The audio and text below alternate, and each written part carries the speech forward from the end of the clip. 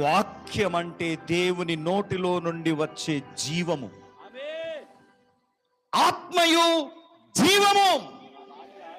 యోహాను సువార్త 6వ అధ్యాయము 63వ వచనము, నా మాటలు ఆత్మయు జీవమునై ఉన్నవి. ఆయన వాక్యములో జీవమున్నది, ఆయన వాక్యములో ఆత్మ ఉన్నది. సిద్ధాంతం కాదు. మీరు అనొచ్చు సిద్ధాంతం. మీరు సిఎస్ఐ చర్చ్కి పోతే సిఎస్ఐ చర్చ్ సిద్ధాంతాలు ఉంటాయి, బాప్టిస్ట్ చర్చ్కి పోతే బాప్టిస్ట్ చర్చ్ సిద్ధాంతాలు ఉంటాయి.